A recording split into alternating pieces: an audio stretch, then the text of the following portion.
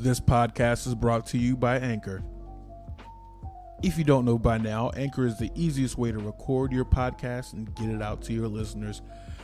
Anchor allows for you to record from anywhere using your web-enabled device like computer or smartphone. It has built-in creation tools to make editing and presenting your episodes a breeze. And when you're finished, Anchor distributes your podcast for you so you can be heard on Apple Podcasts, Spotify, and many more podcast platforms. Anchor even allows you to make money from ads like this one, no matter the size of your audience. And the best part about it all is it's absolutely free. Anchor is the easiest way to start your podcast. Download the free Anchor app or go to anchor.fm to get started today. And welcome to your regularly scheduled episode of the Second Turnbuckle podcast. I am the top guy, Jay. I'm joined today by the Second Turnbuckle podcast commissioner, better than Mick Foley and anyone who's come before him, Sock Monkey Mike. How is it going? The best commissioner out there. You thought Mick Foley was good back in the day? You are mistaken. Whoa. Okay. You thought that Chief Morley was good? Oh, I'm just kidding. He was horrible.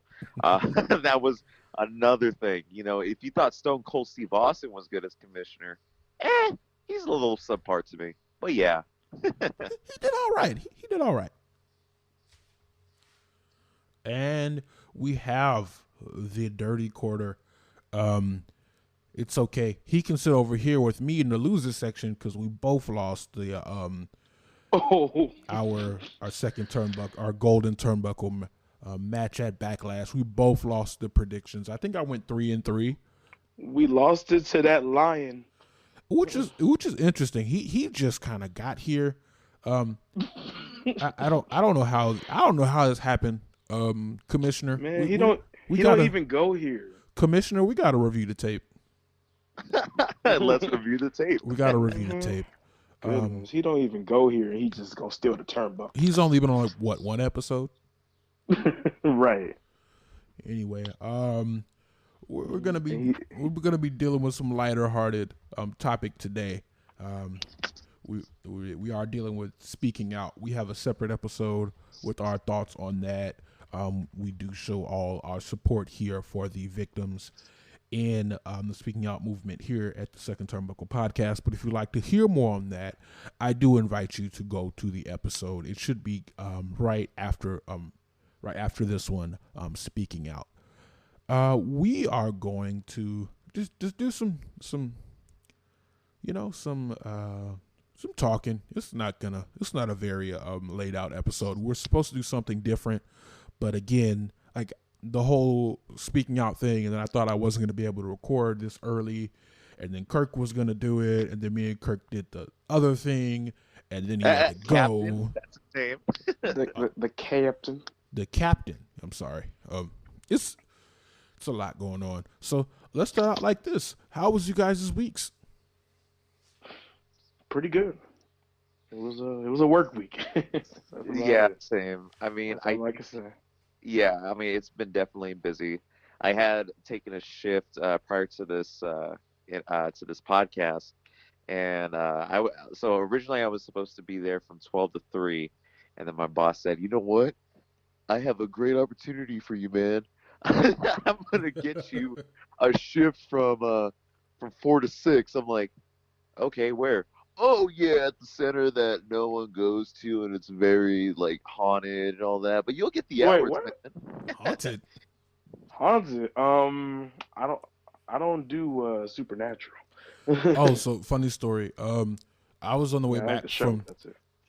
I was on the way back from Redlands last night with the top girl, Mrs. Top Guy. And we were talking about we were talking about different haunted places in Riverside, and I guess there's this place in Redlands where if you cross through a gate, there's like a ghost chasing you with a headless cat. And I guess Castle Park in out there in Riverside, Corona area is supposed to be haunted by a lady in white that only messes with male employees. Oh wow! Holy. So, Mike, I wish you the best. Oh no, I survived. Oh yeah. This isn't today. This was like what, yesterday? Yeah. Oh, okay. I'm so glad you made it. I'm glad you made it too. I really am. So, speaking of things that were haunted, let's talk about Backlash. It was haunted by.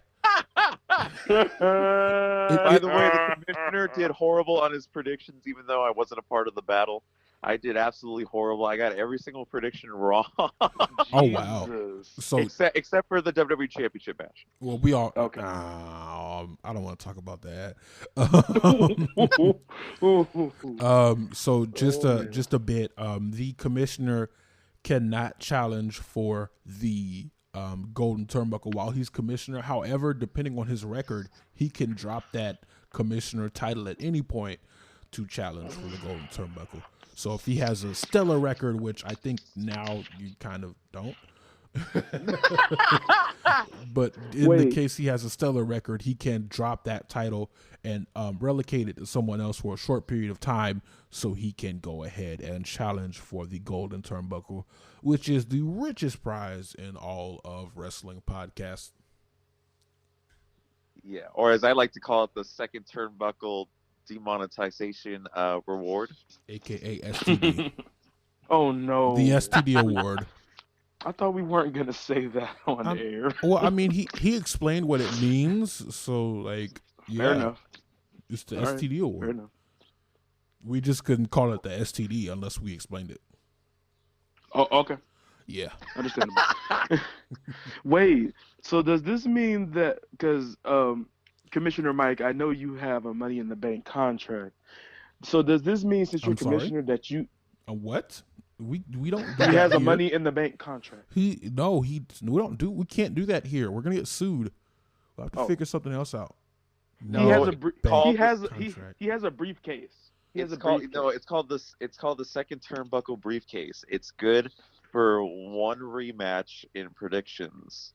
We'll deal with that on a different episode, guys. Right. Sorry, WWE, do not send us a cease and desist for using your copyrighted name. Ain't nobody listening to this shit. People do. Speaking of, really quickly, I want to give a shout out to Portugal. Oh. Yeah, someone from. Listen, we have an international following. We have listeners in Portugal and the UK. Oh, that's beautiful. Also, they must be really that bored. Wow. Oh my god. Oh wow. Why they got to be bored? I'm just kidding. I'm kidding. Tell us how you really feel. For real. Kidding. I do want to shout out some cities. Since I'm on the Anchor page, I'm looking at the analytics. Okay. If it'll load up, come on, Weefy. Weefy. Yeah. You know, when I was when I was talking to Spectrum, I was like, "Yeah, what's the least amount of Wi-Fi you guys got?" And they were like, "It's like 20 megabytes per second, but we can give you 99. Like, there's no in between." I'm like, "Lady, no, I need the $12 Wi-Fi, please." You need the good shit. No, I need the affordable shit. I need the $12 Wi-Fi. Gotcha. So shout out to St. Albans, England. They listen in the United Kingdom, which is great. All of our listeners come from Earth, by the way, just in case you were wondering. And Libsyn, Portugal. They've been listening. We have fans in Libsyn, and also Hoboken, New Jersey. What? I was about to be like Hoboken. What? Hoboken, New Jersey. Okay. We also have listeners in Michigan, What's Up Chase, Illinois, and Tennessee. The Spring Valley, Illinois. Okay.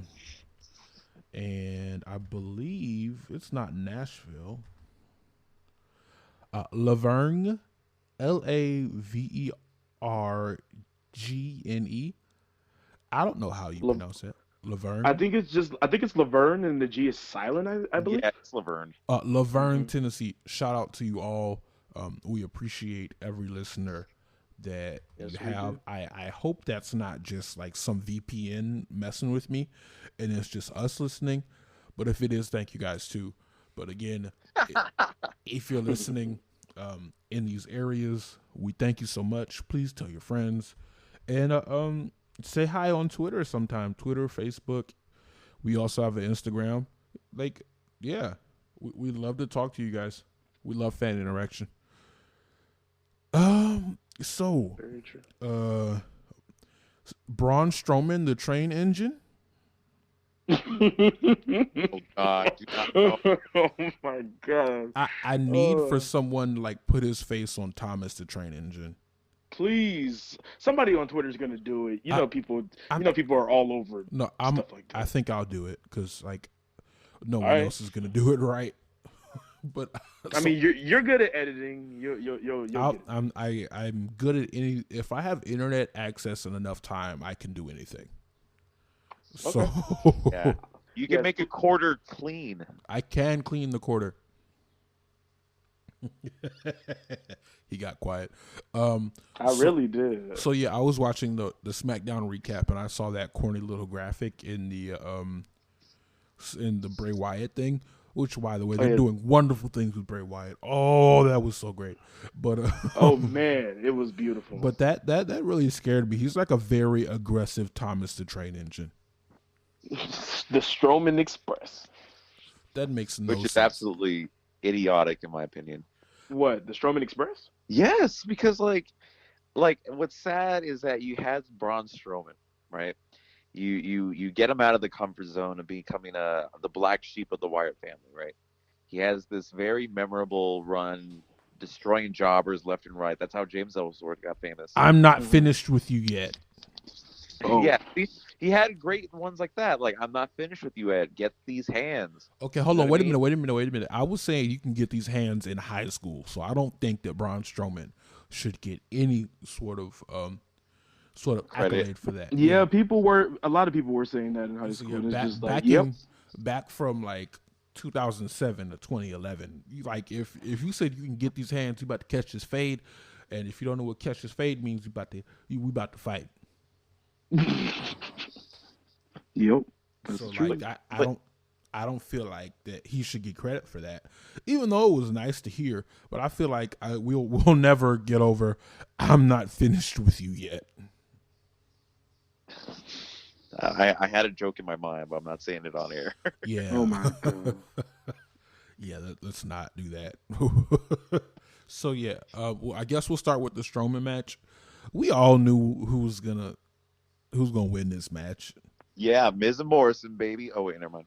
That's not what happened. I know. Braun Strowman buried another tag team. If it wasn't good enough for him to bury the whole Raw tag team division. Oh man. With Nicholas. Wow. It spreads to SmackDown now. I'd love to see him defend the Universal title against all three members of the New Day. Or, while we're at it, since we're burying people, let's go ahead and get the Forgotten Sons in there. Oh no. Oh no. Yeah, that push definitely ended really quick. It really did. It wasn't even a 3-week push. It was a sure wasn't 2-week push. Dang it, Jackson Riker. Why you had to do that? Bruh. Why he do that? Talk about that, fam. Why he do that? I was ready for the Forgotten Sons to tear it up on SmackDown. They weren't gonna do too much. I mean it was really weird because like there's sort of like this white ring looking movement, and then like this whole police brutality thing happened, and then it's like, yeah, we might not use you guys, and then this guy goes and does what he does on Twitter. We already covered that on a previous episode, and it's like, yeah, dog. And I'm pretty sure Cutler and Blake are just looking like, oh my God, why did you have to say that? He was. I think one of them was kind of like, yeah, we just work together, and he doesn't speak for all of us. Right, exactly. They weren't on this pay-per-view. You want to know who was on this pay-per-view? Bobby Lashley and Lana. Yeah. Yes, sir. Lana. I think this was the only one you got right, Mr. Commissioner. Yeah, sadly. Well, no. Technically, I got the Oscar and Nia Jax match right. That was no. What? No. Yes, I didn't Nobody pick got Nia that. Jax. Nobody Nobody got that got right. that right. Yeah, Nobody. that match was thrown I out. think I had to take a shot for that. Oh well. Yeah. I wasn't tripping about taking a shot for it, but I wish it wouldn't have ended like it did. I'm sorry that you had to take a shot. It's all good though. It's all good. I'm sorry. Was that at least a good shot or no? It was cracking and catching fire, so it was pretty good. Oh wow. You know what my shot was? Water. Oh my god. I think you had to drink 8 ounces of water. You didn't get to do shots. Yeah, your rules are different. For our straight edge listeners, you have to drink let's say 4 ounces of water for each match you lose, and you can't pee until the end of the pay-per-view. Oh Jesus. Talk about your bladder ready to explode if you drink. Well, I mean that depends on your man. depends on how good you are with your predictions. Right, Listen, exactly. we're not encouraging you to do anything. We don't want to be sued because someone dies of water intoxication. It's a thing. Look it up. Right. And they're like, oh yeah, it is. It is. Well, they told I've us to known about do for it. years. We didn't tell you to do it. It's like, no, we did not. We did not tell y'all nothing. We did not say you have to do this. It's a game.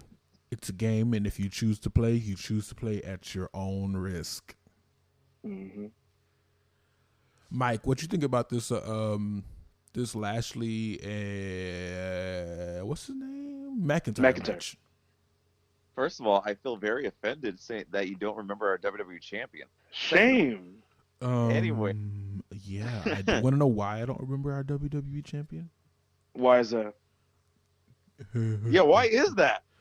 Because I'm terrible with names. I know who he is. I just like the name escaped me. I wanted to call him like Drew Galloway. I mean, that's his name. Yeah, like wrestlers have so many names that I it's really hard for me to think. Like I still want to call Dave Drake Maverick Rockstar Spud. I mean, I don't blame you, especially if you saw him in TNA as Rockstar Spud for like ever. So it's like if I'm introduced to you as Drew McIntyre, then you go away and then you come back as Drew Galloway, which looked nothing like his original debut. Then like didn't. You're messing with my head here, man. It looked like a whole different man. That's a beast. Yeah, okay? he was a boy before, now he's a man. Right. Anyways, so before I was rudely interrupted, I'm sorry, kidding. So I think that match, Drew McIntyre versus Bobby Lashley, was probably the first match in a while, the first like WWE Championship match where I was actually legitimately nervous because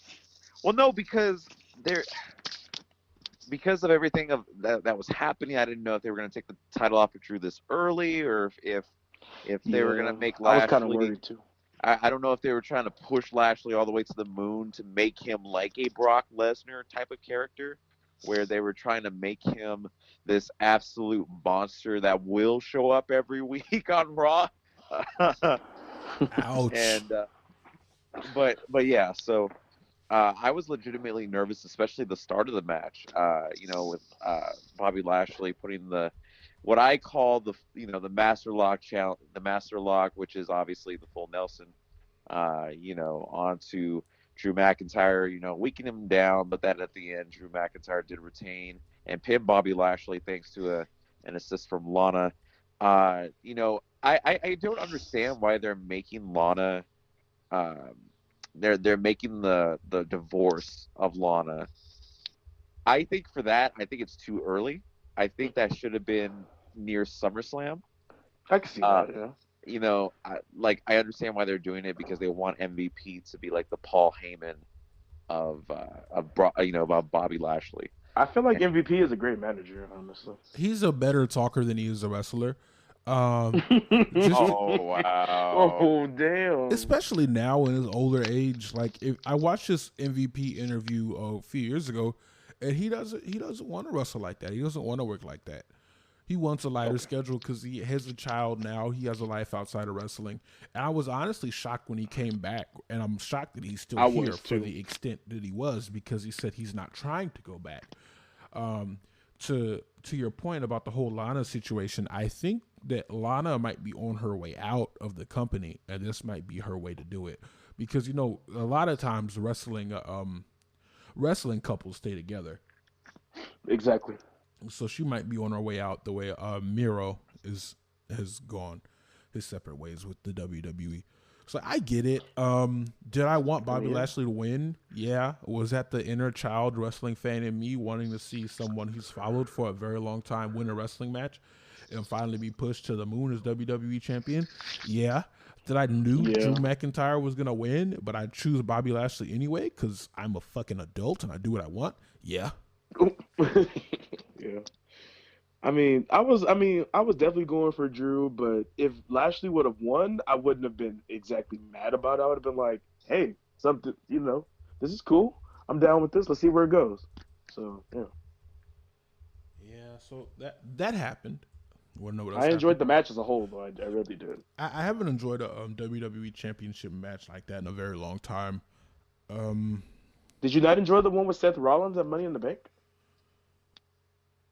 I'm tired of Seth Rollins.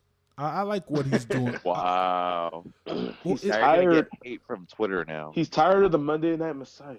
So it's not the fact that he's not a great wrestler.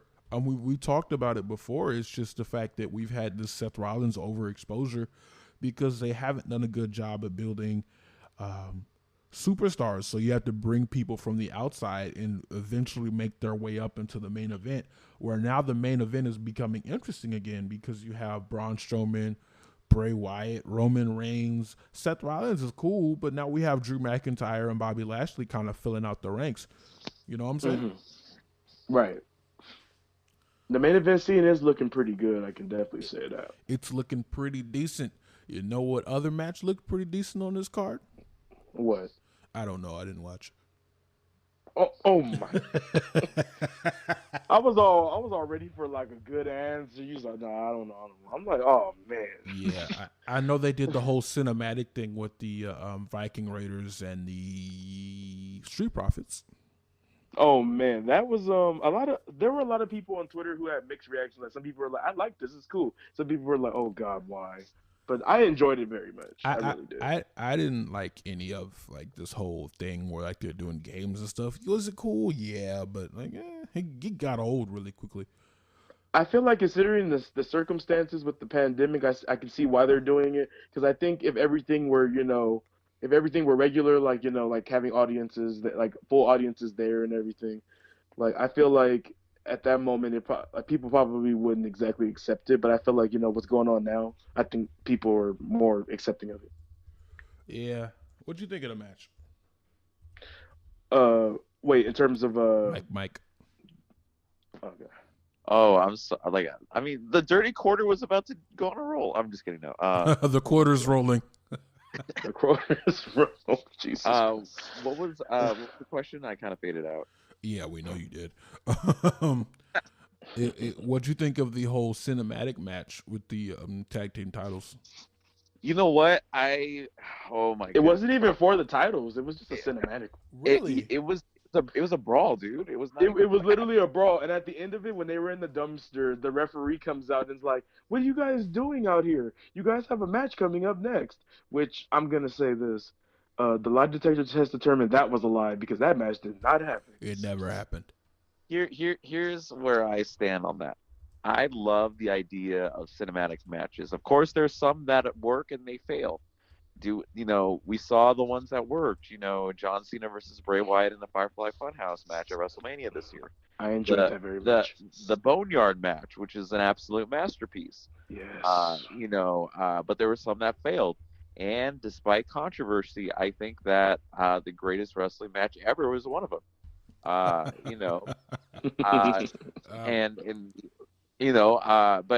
in terms of this match, I think it was different. I think it was very, very, very controversial. Especially with Akira Tozawa and the Ninjas, which I don't know why you would do that. That was crazy. I mean, I gotta find wrestlers are independent contractors, so if they're not wrestling, they're not making any money. So I'm glad these people were able to get paid. However, definitely. does just seem like 4 men running around in Halloween costumes. So yeah, so that was my thoughts on the match. I think it was, well, not a match, but a brawl. I think that it could have, I think if there was a match, I think that would have been a little bit better because I think all of that was pre-recorded and they could have been something like, oh, well, we're all tired, but we're still going to defend our titles. And I think if that was the situation as well, I think the Street Profits would have retained. I don't think that the Viking Raiders would have been new champions. I don't think right now. And if you guys remember, the Street Profits did defeat the Viking Raiders over at NXT. They did. So wait, the Street Profits didn't defeat the Viking Raiders on NXT. The Viking Raiders just vacated the titles and went to the main roster. They were never beaten for those titles. They didn't beat them in a title match, but they beat them.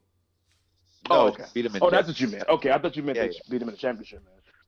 If I said championship, I'm sorry. Okay. So okay. yeah. No, I was just making sure.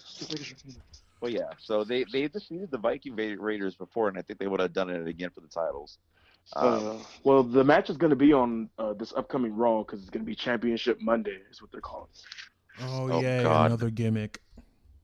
Right, but I'm just like, wait, but you haven't advertised the WWE Championship to be defended, or the United States title to be defended. So I'm like, is it really Championship Monday? It'll probably happen on the show. Like they don't want to announce the matches. It's not a pay-per-view, so I don't see the point of announcing the matches beforehand.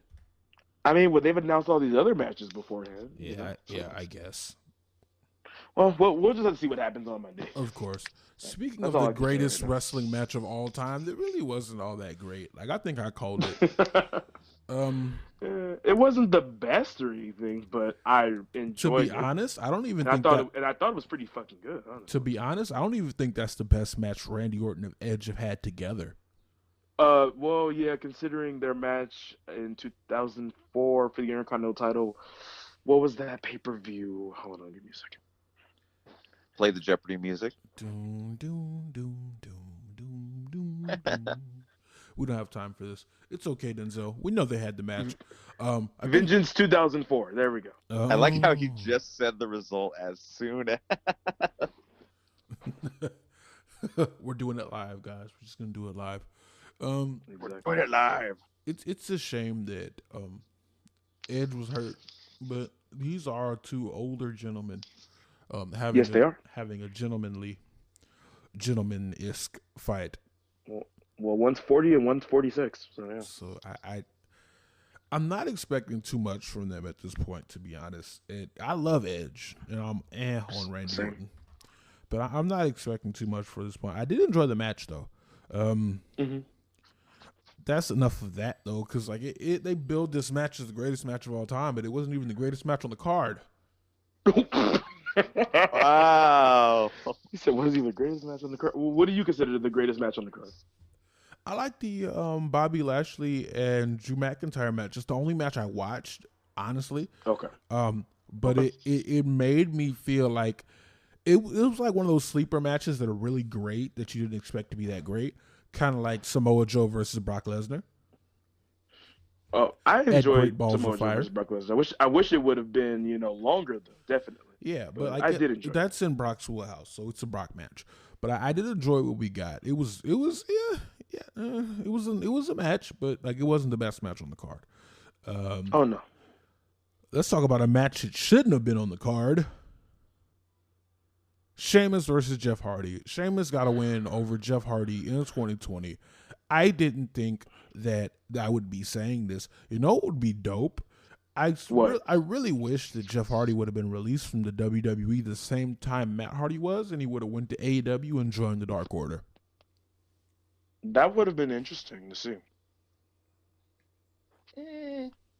I would have liked it. I mean, it's better than having all these jobbers join. Yeah, because I don't feel like they're going to do anything for Jeff Hardy with this last run, honestly. Because I feel like this is his last run and then he's leaving. It should be. Yeah. But what were you saying? You sounded offended there, Mike. No, I know. Don't say that the Dark Order is filled with jobbers. Okay, there's two jobbers. We don't even know who's a part of it. We don't even know who's all a part of the. Actually, we do. So it's Go ahead. Let me educate. Let me educate you. So I know Alan Angels joined, and I really enjoyed his matches. But before he joined, he was just a jobber. Right. Do you even know who number 10 is? Yeah, it's that they call him Vanilla. His name Vance. Oh my God, his name is Preston Vance. Yeah, Preston Vance. No. So I saw his match on Dark, and they called him Vanilla Vance because he didn't really have much character. So Oh. Anytime I hear Vance, I think of Vance Archer, which was Lance Archer's WWE name. So yes, I know who Preston Vance is. Yeah. And then there's also Colt Cabana now. He hasn't debuted. Wait, is it confirmed yet? It's not confirmed, but they're going there. But I hate how AEW is putting like random ass people into tag teams. Anyways, that's enough of me. But wait, hold on. So just to go back to Denzel's point, there's a bunch of people in Dark Order. There's the Exalted One, Brody Lee. There's Evil Uno, which is number Evil one. Uno, yeah. Right. There is Stu Grayson. Mm-hmm. He's number 2. No, but I want to say like Dick Grayson because Batman. So it's Evil Uno, Stu Grayson, John Silver, Alex Reynolds, Alan Angels, and Preston Vance with the Exalted One, Brody Lee.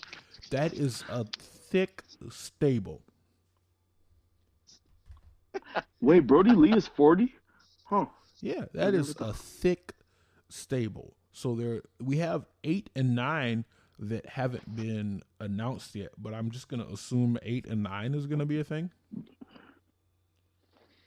See, the thing I don't get with the Dark Order is the fact that they're numbering and labeling their members based in like out of order. Like for example, when 10 was released, why was he 10 and not at the time? He could have been 4 or no, he could have been 5, I believe. No, so Alex Reynolds and John Silver are 3 and 4. They skipped 5 through 9 and went straight to 10. Oh, that's weird. But yeah. And with Brody Lee, that makes 11 because he's not counted in the number. So again, when have you ever seen a stable with 11 members in it at the same time? Besides like WCW, NWO type stuff. Oh, besides that, the 4 Horsemen in TNA. The 4 Horsemen of Fortune? I think. I don't know, because they for a while. I was going to say, that's the original 4 Horsemen. No. No, the 4 Horsemen in TNA, because like AJ Styles was a part of it. That's called Fortune. Fortune? Oh, okay. Yeah. That had way too many members in there. I think it was like AJ Styles, Bobby Roode, James Storm, Kazarian. A bunch of guys in there. It was way too many. I mean, Aces and Eights had a bunch of people in there too, since we're going to TNA type stuff. But yeah, Sheamus, Penn, Jeff Hardy, and they're really extending the story that nobody really asked for. Yeah, I feel like they should just end this already. I'm already bored of it. I'm just like, oh my god, I don't need to see any more Jeff Hardy and Sheamus, going back to back about, Jeff Hardy being a quote unquote junkie and all this other crap. Throwing piss in somebody's face. I don't understand. Right. Even though it was probably apple juice. Yeah. I don't understand why the Intercontinental Championship was not on this card. The match wasn't on this card. It should have been on Backlash. Yeah, I agree. I don't think that was right. If I could substitute one match for another, it'd be Sheamus. Jeff Hardy and Sheamus. I'm just gonna call this whole feud Sheamus. This whole Sheamus feud. I would have put Styles versus Bryan on here. Man, because that match they had on SmackDown easily could have fucking been the best match of Backlash. Stole the whole show. And the fact that AJ didn't even defend the title on Backlash, I'm just like, you just crowned a new champion, and you can't even show this prestigious title that you say means a lot. You can't even. Dog, that's an ugly ass championship belt. You don't like it? What? I was looking at it earlier, and I was like, it kind of reminds me of the Cruiserweight champion, and I don't even know what color that belt is anymore. It's like a dirty purple. It's like a purple black. I don't blackish purple. It's a dirty quarter color. That's what it is. Excuse me. Excuse you. I am not blackish purple. But you black, though. Yes, I am black. I am very black, and I'm proud. Happy Juneteenth, everybody. Anyway, happy Juneteenth. It's June 20th. Oh wait. Excuse me. Happy belated Juneteenth. There you go. Belated Juneteenth. Be accurate because we're live. You're right. You're right. We are live. Thank you for correcting us. We are very much live. Then we had the Nia and Asuka match, which why? Call it that dirty. Worst Raw Women's Championship match in history. Man. Oh, okay. Well, actually, no. Charlotte and Natalya at Payback when they did the whole screw job thing. I think that can count as the worst. The new screw job championship match ever. Yeah, the new screw job. I was just like, I thought that was for the Divas title. No. That was for the Raw Women's title. It was right after. It was like a month after Mania 32 when Charlotte had the title. Okay. So yeah. Well, I guess. Did we miss any match from the card? Oh, the women's tag match. The women's tag team title match. Yeah, I called Bayley and them breaking up, but I guess I was wrong. When they didn't break up, I was like, I'm pretty sure Jay is like just looking like, what the fuck? I was so mad. Little kids listen to this podcast quarter. Actually, excuse me for being rated R. First of all, it's rated PG-13. You can have so many F-bombs in a PG-13 movie. I think it's like 2. I thought it was only 1 F-bomb in PG-13 movies. Yeah, So I think that was it. That was our 1 F-bomb. But this might go on YouTube, so we do want to get monetized. So shame on you. Commissioner, I think he's earned himself an STD. Yeah, you earned yourself a very decisive COVID-19 STD. But COVID isn't an STD. It's a viral infection. That word, quarter. Yeah, and so an STD could be an infection. You have earned yourself the second Turnbuckle Demonetization Award. Clap it up. Really, a round of applause? Well, it's just me clapping, so I don't know. I can clap in a circle. Oh my God. You got your round of applause. Yeah, I really wish the Iconics would have went over. I'm really Iconic? I really like their entrance. I do too. I think it's nice. I think Mike likes it too. Their entrance? Yes. It's decent. It's decent. I'm a huge Iconics mark. That's just me, but I mean, I was happy when they won the titles at Mania 35. I was really happy. I voted for them. I was like, they're gonna win.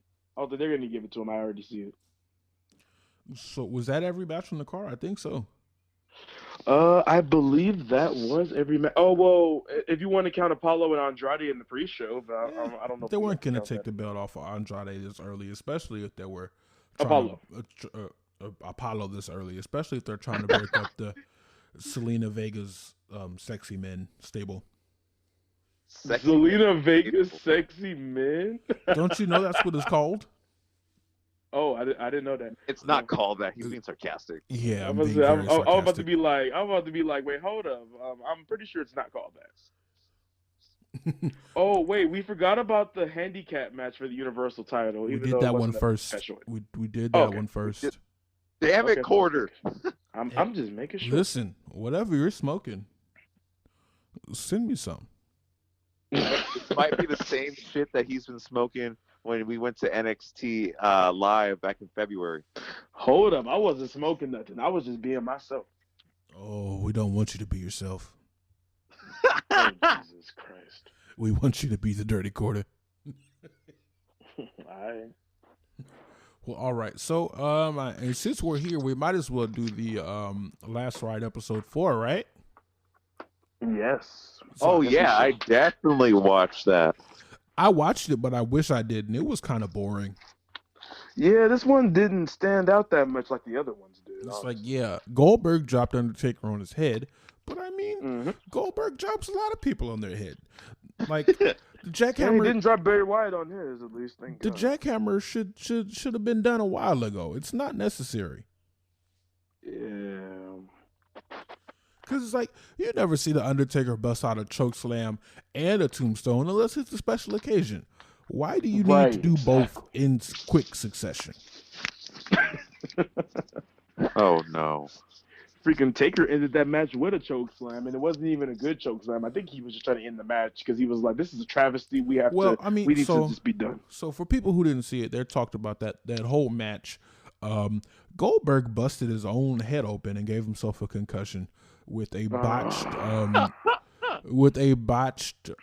shoulder to the ring post thing. Right. Yeah. So he smacked his own head open against the ring post, and they should have stopped the match there because, to be honest, Goldberg isn't that great of a wrestler when he's not concussed. Exactly. Whoa. It's true. It's true. I mean, all he ever really did was just a spear and a jackhammer. He didn't really do much else. Mike, if you have an argument that Goldberg is the best wrestler in the whole wide world, I'd love to hear it. But like, please explain this to me. Again, he smacked his own head open. Okay. I don't think, if I may say, I don't think in 1 ounce of my body that Goldberg is even close to the greatest, one of the Is Goldberg your favorite? No. Oh wow. Goldberg is, to me, he's down there with like Sting and Wait, Sting actually could wrestle. Hold up. Sting had a good character and he could wrestle, so I don't understand that. Those matches against Ric Flair were great. He's in the same conversation as Conan.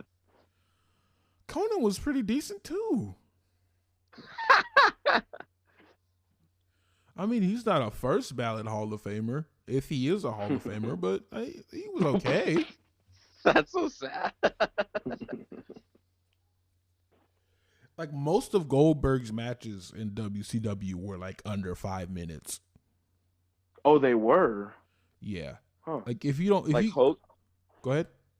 No, I was going to say, like, Hogan and Goldberg, when Goldberg won the title, was less than 5 minutes.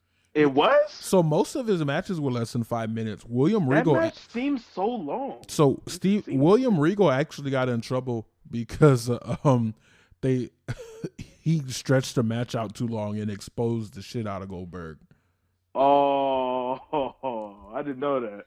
Yeah, so like that's why they have heat with each other.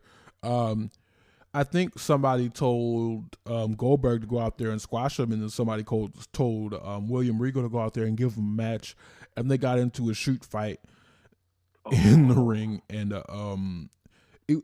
go look up that match and all the stuff behind it. Okay. Especially you, Mike. I plead the fifth on that one. Yeah, go look that up. Do some good journalism things a little bit later today. I was just watching Goldberg versus The Rock at Backlash 2003, and that match was like 15 minutes. And honestly, Goldberg didn't look bad in that match. That's because The Rock was in it. I mean, yeah. I mean, someone else can carry the match, but if you tell right. Goldberg out there, if you say, "Hey, Goldberg, go out there and have a match," his match is gonna be short because like he gonna spear you in the first like 10 seconds of the match. Right. That's gonna be it. It's not gonna be a very long match. That's a given. He gonna spear you in the first 5 seconds. He ain't doing nothing else. So basically, all of episode 4 was like Undertaker trying to tell Vince McMahon he's done, and then coming back for Saudi Arabia. I think I don't know.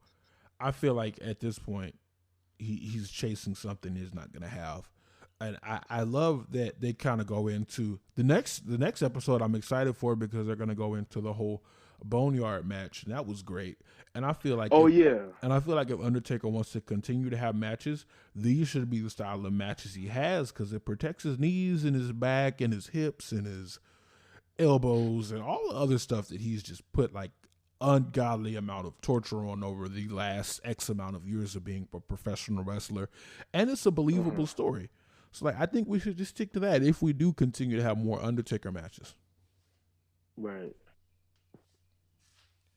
Mike? Yes, sir. You got anything to add? Because I know you haven't watched you haven't caught up with us. No. Right. Yeah, so I'm sorry. Hopefully you watch everything before we wrap this whole thing up. And speaking of wrapping this whole thing up, I think that's gonna do it for us today. Here at the Second Turnbuckle Wrestling Podcast, we haven't really had that much to say. We did record something else a little bit earlier today. If you'd like to check that. Oh, I mean, I'm putting this out on the 21st, so we did record something on the 20th. This will come out on the 21st. Yeah. You guys want to plug in the social media while you're here? I know Mike's been doing some good stuff on YouTube. Why don't you tell us about that? Plug that real quick. All right. So since I have to do what I have to do, because I am the commissioner, better than Mick Foley, better than Chief Morley, even though you don't want to call him a commissioner, it's all good. Better than John Cena as commissioner. Oh wait, he was never commissioner, but you know what the deal is. I honestly, new episode of War Games comes out. See, by the time this comes out, I think there's already a couple of episodes that are going to be out already. The greatest episode ever will come out July 8th, which is going to be a former guest. I don't know if that episode had aired or not, with Muscle Man Malcolm. It'll be out by then. Okay, so his so that'll be aired on his birthday, which is July 8th. I'm very excited to give him his birthday presents because nice.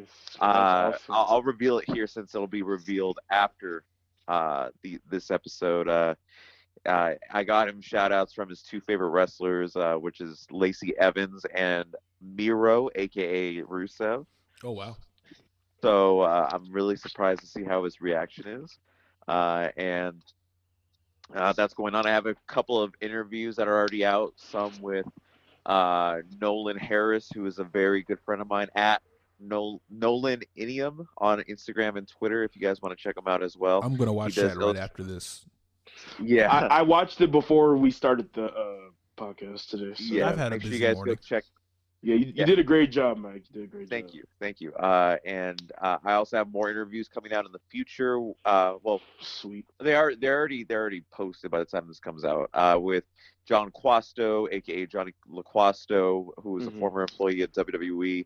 He was known as a ring announcer and a backstage interviewer on NXT. And then as well as, I don't know if you guys watch the Janela Zone on Instagram, but there's that nasty man, Nasty Leroy. I get the chance to talk to as well. Nasty Leroy. So make sure you guys check that out as well. So yeah, that's all my stuff. Hey. And clean that damn quarter. It's clean. That damn quarter. Hey, it's clean. It's clean. It doesn't sound like your confidence in the cleanliness of the quarter. Lies. I am very confident in the cleanliness. Right. Anyways, thank you guys so much for listening. Follow us on Twitter. Follow us on Instagram. And have a great rest of your week. We're signing out for the day. Please don't be a dick to each other.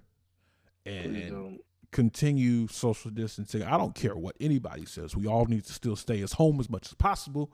And keep your ass away from me. You won't see me at COVID Land. You won't see me at COVID Berry Farms. You won't see me at Universal Studios COVID. And you Universal Studios COVID. And you won't see me at COVID Mountain. I'm not going to any amusement parks when they open up. I don't give a damn what nobody says.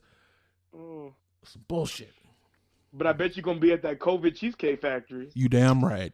Or COVID Mania. I did not COVID Mania. I watched that from my home, my COVID-free home environment that I have been blessed to create as an essential worker. Again, guys, thank you so much for listening. This has been the Second Turnbuckle Podcast, and please be kind to one another.